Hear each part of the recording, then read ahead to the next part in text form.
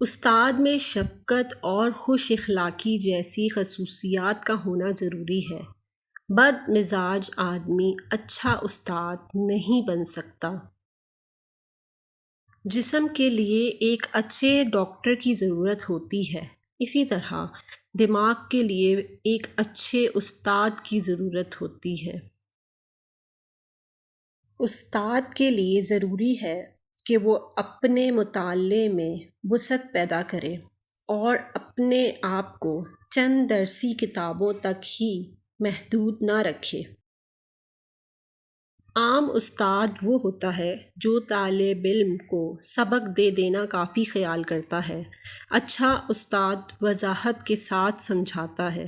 بہترین استاد وہ ہے جو ذہن نشین بھی کرواتا ہے، اور عظیم ترین استاد وہ ہے جو شاگرد میں جذبہ حصول علم اور جذبہ عمل بھی ابھار دے۔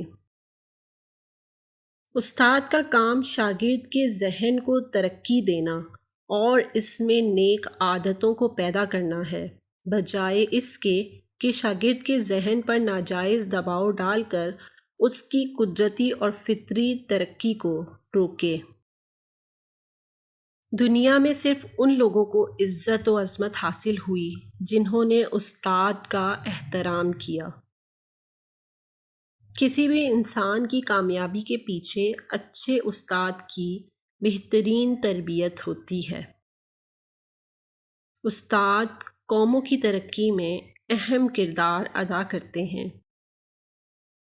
ترقی یافتہ قوموں میں اور مہذب معاشروں میں استاد کو ایک خاص مقام و مرتبہ اور نمایاں حیثیت حاصل ہوتی ہے۔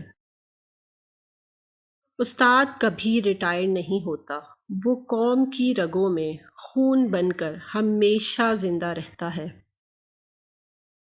استاد کی شخصیت شاگرد کی شخصیت پر اثر انداز ہوتی ہے۔ خوش قسمت ہے وہ شخص جس کی زندگی میں اسے اچھا استاد مل جائے۔ ہم سب پر لازم ہے کہ ہم اپنے استاد کی عزت کریں اور ان کے ساتھ حسن سلوک سے پیش آئیں۔